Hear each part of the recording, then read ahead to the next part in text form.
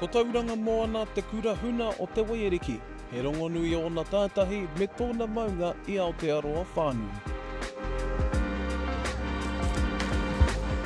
Tokorima ngā Māori kua tū o rātou ringa ki te whai i te tūru wāri Māori o Te Awanui ki te kaunihera o Tauranga.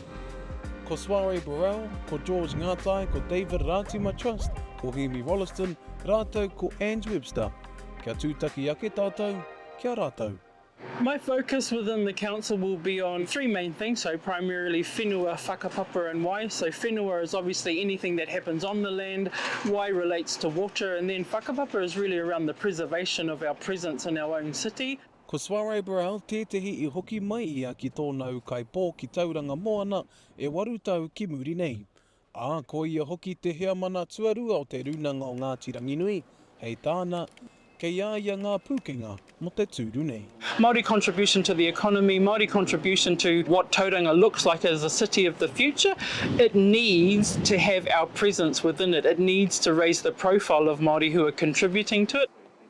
This seat is a seat that is voted for Māori, by Māori, which means that we get to at least have that one voice that advocates not only for mana whenua, but for mātāwaka across Tauranga moana.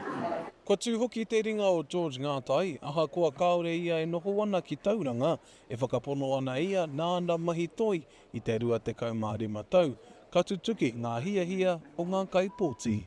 I think one of the things that we don't do well as whānau hapu and iwi is we don't tell our story. In fact, we try and get those stories across mainstream and they don't seem to be interested.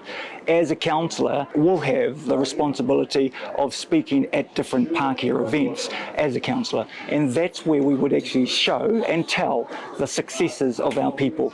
When you look at it in a strategic point of view, not only is Māori up against 9 Europeans within their council, most of those board members that run everything behind the scene are Europeans also.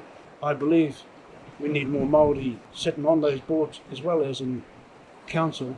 Ko David Rātima Trust tētehi uri o ngā iwi e toru o te moana, me te aha, he neke atu I te rima te kautau ia e noho ana ki konei.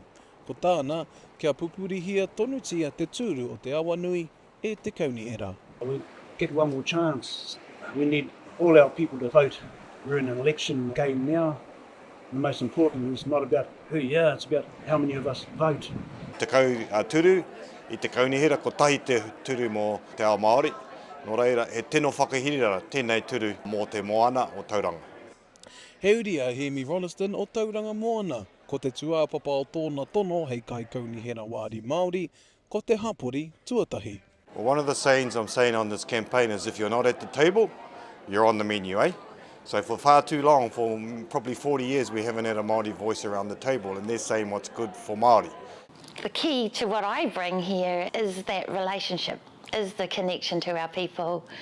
Not only the people from here, but all of our Māori people, one way or another.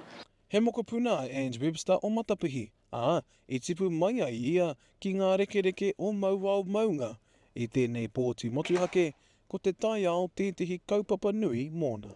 What I know in Tauranga is that a lot of the Māori land that's available doesn't have pipes, infrastructure running to it. And that is a key to enabling us to be able to build on our land. Koinei te rohe o Te Awanui mai I pāpā moa I te rāwhiti ki Mauao I te uru, ka mutu ki Pais Pā ki Uta. Hei te rua te kaumā iwa o Āpereira, kapi ai te wā tuku pōti. Nō reira e te iwi o Tauranga moana, kia ka kama ki te whiriwhiri I te kai tono ka noho ki te tepu o te kaunihera ki te hāpai I o kaupapa. Te Kawa Paora, Aukaha.